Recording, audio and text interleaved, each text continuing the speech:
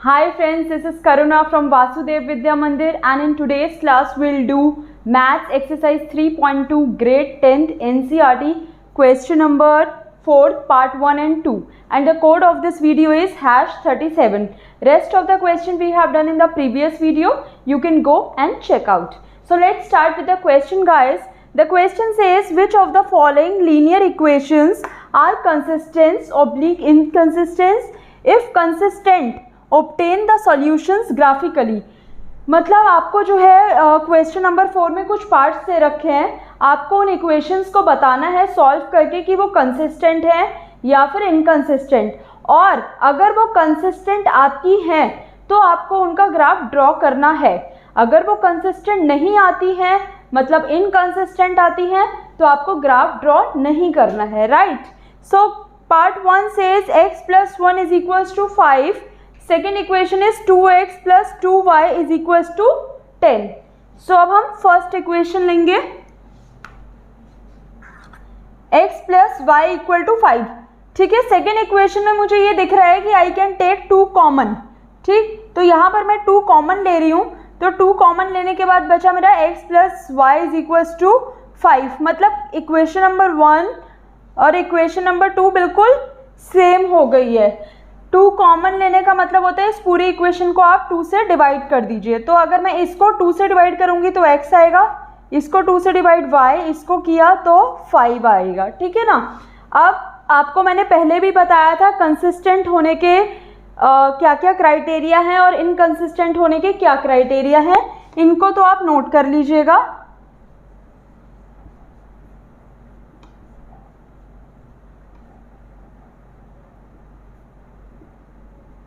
अगर a1/a2 is not equal to b1/b2 तो consistent आते हैं, और अगर ये a1a2 b1/b2 = c1/c2 तो भी ये कंसिस्टेंट आते हैं। ठीक है ना। तो ये वाले पे कंसिस्टेंट आएंगे जब a1/a2 is not equal to b1/b2, और कंसिस्टेंट किस पर आएगा, a1/a2 = b1/b2 = c1/c2। Third condition क्या होती है, ये दोनों इक्वल होते हैं और ये वाला नॉट इक्वल होता है, तो वो इनकंसिस्टेंट आता है। ठीक है ना। तो इसको हम इरेज करते हैं, मतलब मुझे इक्वेशन देखकर ही पता चल रहा है। Here you can see that a1 is 1, a2 is 1, b1 is 1, b2 is also 1, c1 is 5, c1 5 जो है आप नहीं लेंगे, c1 आप -5 लेंगे और c2 भी -5 लेंगे। क्यों हम -5 लेंगे, क्योंकि जो राइट में टर्म होती है हम उसको लेफ्ट में टर्म शिफ्ट कर देते हैं इस तरीके से, और ऐसे ही दूसरी इक्वेशन में भी टर्म आप लेफ्ट में शिफ्ट कर देंगे। तो ये a1 है, ये a2 है, b1 b2, c1 c2। ठीक है। तो अब आप देखिए ये भी हमारा जो है वो कैंसिल हो जाता है, तो ये भी 1/1 आ जाता है। तो आप देखिए कि ये सब तीनों जो है वो इक्वल आ रहे हैं, तो इसका मतलब ये कंसिस्टेंट है। मैं दोबारा से एक बार बता देती हूँ इन केस कोई डाउट है तो। फर्स्ट इक्वेशन हमारी ये है, इसमें हमने कुछ नहीं किया है। सेकंड इक्वेशन हमारी है 2x + 2y = 10, बट मैं इसमें कॉमन निकाल लेती हूँ तो x + y = 5 आ जाती है। अब मेरी इक्वेशन 1 और 2 बिल्कुल सेम मुझे दिखाई दे रही है। अगर मैं कॉमन निकाल लेती हूँ तो ये पुरानी वाली इक्वेशन का जो है कोई रोल नहीं है। क्लियर है। तो मेरी दोनों इक्वेशन ये आ गई। अब मैं राइट वाली टर्म को जो है वो लेफ्ट साइड शिफ्ट करूँगी। जब मैं लेफ्ट साइड शिफ्ट करूँगी तो जो राइट में साइन होगा, मतलब मेरा साइन चेंज हो जाएगा, तो -5 -5। अब यहाँ पर x का कोफिशिएंट होगा a1 और ये वाला भी कोफिशिएंट होगा a2। यहाँ y का कोफिशिएंट होगा b1, y का b2, और हमको यहाँ पर आपको ध्यान रखना है कि विद साइन लेना है आप, तो विद साइन लेंगे आप और राइट टर्म को लेफ्ट साइड आप शिफ्ट करेंगे। तो मुझे ये वाली कंडीशन दिख रही है, तीनों इक्वल आ रहे हैं कैंसिल करने के बाद, तो ये कंसिस्टेंट है। अब ये कंसिस्टेंट है तो मैं इसका ग्राफ ड्रॉ करूँगी। ठीक है, तो आप नोट करिए इसको, फिर मैं इसका ग्राफ ड्रॉ करती हूँ।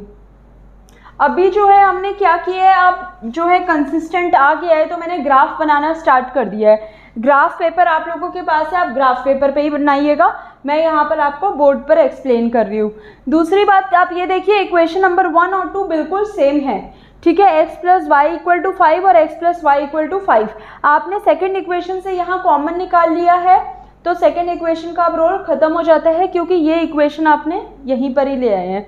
तो हम ग्राफ एक ही इक्वेशन का बना लेते हैं, क्योंकि दोनों ही जो है वो सेम ही तो हैं, तो दोनों लाइन एक के ऊपर एक आ जाएंगी, सेम आ जाएंगी। तो अब हम ग्राफ बनाने के लिए 3 सॉल्यूशंस लेंगे।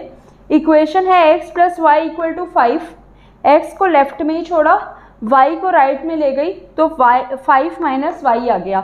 अब मैं यहाँ पर y की कुछ वैल्यू पुट करूँगी तो x की वैल्यूज़ आती रहेंगी। अगर मैं यहाँ पर y जो है वो 1 लेती हूँ तो x मेरा आ जाएगा 4। अगर मैं y 2 लेती हूँ then x will be 3। If I take y 3 then x will be 2, right. So मतलब y यहाँ पर 1 लिया तो x आया 5 minus 1 4। If I take y 2 तो x is 5 minus 2 3। If I take y 3 then x is 5 minus 3 2, right? So we got 3 solutions of this equation. We don't need to find out again 3 solution of second equations. Why? Because equation number 1 and equation number 2 is equal, right? तो अब हम यहाँ पर देखिए x axis is the horizontal axis and horizontal axis is known as x axis and vertical axis is known as y axis. When we the line where both horizontal x or y axis intersect each other, this point is known as origin. This is 0 0. इस 0 0 point पर जो है x का coordinate भी जो है वो 0 होता है और y का कोऑर्डिनेट भी 0 होता है।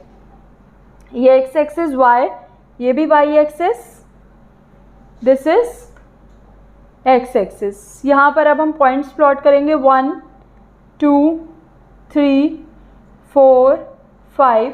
आप जो है 2 का भी गैप ले सकते हैं, 1 का भी ले सकते हैं, 3 का भी ले सकते हैं, 10 का भी ले सकते हैं, डिपेंडिंग अपॉन द नंबर्स और depending upon your choice.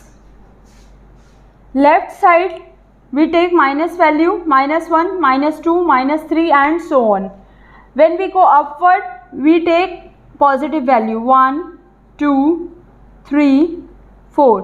When we go downward, जब हम नीचे जाएंगे we will take negative values, right? अब हमको प्लॉट करना है। First point is x4 y1। x के कोऑर्डिनेट को हम कहते हैं एब्सिसा और y के कोऑर्डिनेट को हम कहते हैं ordinate, right? We call x coordinate abscissa and we call y coordinate as ordinate, right? तो अब फर्स्ट पॉइंट हमारा है x4 y1। तो x का 4 सबसे पहले आप जो है x का कोऑर्डिनेट ड्रॉ करेंगे, x का कोऑर्डिनेट प्लॉट करेंगे। तो x का 4 ये है। यहाँ पर आने के बाद आप y के 1 पर आ जाइए, this is y1 4,1, right? x3 y2। x3 देखिए x का 3 है, यहाँ पर खड़े हो जाइए। अब यहाँ से आपको 2 पर चलना है, y का है तो आप वर्टिकल एक्सिस पे मतलब ऊपर की तरफ जाएंगे और ये पॉजिटिव है 3,2। x2 y3। अब देखिए x का 2 ये है और y का 3 कहाँ आ गया, यहाँ आ गया। अब इन पॉइंट्स को आप ज्वाइन कर दीजिए। मैं यहाँ पर फ्री हैंड कर रही हूँ, you can join it with the help of scale also. ये हमारी इक्वेशन आ गई x plus Y equal to 5। दूसरी भी इक्वेशन सेम यही बनेगी, ठीक है ना? तो this is the equation, right. और ये कैसा है हमारा ग्राफ, मतलब कैसी इक्वेशंस आई हैं हमारी, कंसिस्टेंट आई है। तो I hope this question is clear to you. Note down this, then we'll move to part 2. Now we'll proceed to second part of question number 4. Question number 4 का फर्स्ट पार्ट हमने कर लिया है। फर्स्ट पार्ट में जो equations आई थी वो consistent आई थी, और अगर वो कंसिस्टेंट थी तो हमें उनका ग्राफ ड्रॉ करना था, जो मैंने आपको बता दिया। अब हम सेकेंड पार्ट करेंगे और हम ये फाइंड आउट करेंगे कि ये दोनों इक्वेशंस जो हैं वो कंसिस्टेंट है या फिर इनकंसिस्टेंट है, राइट? तो सबसे पहले जब भी आप इक्वेशन देखें, आप एक चीज़ करिए, जो टर्म राइट साइड में है ना, आप उसको लेफ्ट में शिफ्ट कर लीजिए, ठीक है? इससे आपको मिस्टेक भी कभी नहीं होगी। तो मैं इसको इस तरीके से कर देती हूँ, x माइनस वाई 8 देखिए राइट साइड है और 8 जो है वो प्लस का है। कैसे पता चला 8 प्लस का है? क्योंकि 8 के लेफ्ट में कोई भी साइन नहीं है, तो ये जिसके लेफ्ट में कोई साइन नहीं है समझ लो वो प्लस का है, तो ये लेफ्ट साइड जाएगा तो ये माइनस का हो गया और इक्वल टू 0। ऐसे ही 3x माइनस 3/16 राइट में है, हम इसे लेफ्ट में लेके जाएंगे तो ये हो जाएगा माइनस का। और सेकंड इक्वेशन या फर्स्ट में मुझे कुछ कॉमन भी नहीं दिख रहा निकालने के लिए। कॉमन मतलब ऐसी कोई टर्म जो तीनों के पास हो, तो वो भी नहीं दिख रहा, तो हम कॉमन भी नहीं निकालेंगे। तो this is my equation number 1 and this is the equation number 2, right. अब हम देखते हैं A1 क्या है। A1 is 1, A2 is 3, B1 is -1, B2 is -3, C1 is -8 and C2 is -16। अब 3 मैंने आपको कंडीशंस बताई थी, ठीक है। अब उन तीनों कंडीशंस में देखते हैं हम कौन सी कंडीशन जो है ये मेरी इक्वेशन, दोनों इक्वेशंस फुलफिल करती हैं। तो मैं यहाँ पर देख रही हूँ A1/A2 जो है वो B1/B2 के इक्वल आ ही रहा है। A1/A2 इस तरीके से हम इसको कर भी सकते हैं। आप देखिए, आप ऐसे करके भी दिखा सकते हैं, जैसे A1/A2 क्या आ रहा है 1/3, B1/B2 कितना आ रहा है, माइनस से माइनस कैंसिल, दोनों इक्वल आ रहे हैं। अब आप C1/C2 भी निकाल सकते हैं, -8/-16, माइनस से माइनस कैंसिल, 8 1 8, 8 2 16। तो यहाँ पर मेरे को ये चीज़ दिख रही है A1/A2 equals to B1/B2 is not equal to C1/C2। दिख रहा है आप लोगों को? 1/3 A1/A2 है, वो इक्वल है B1/B2 के, बट नॉट इक्वल है किसके, C1/C2, मतलब 1/2। तो ये वाली कंडीशन क्या हो गई, इनकंसिस्टेंट इक्वेशंस।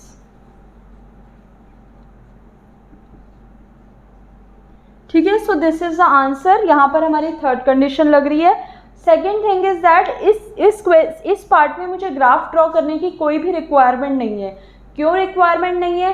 क्योंकि मुझे क्वेश्चन में पहले ही बोला है कि अगर वो इफ़ कंसिस्टेंट, यदि ये कंसिस्टेंट है तो ही आप ग्राफिकली करें, बट ये तो कंसिस्टेंट आ ही नहीं रही है।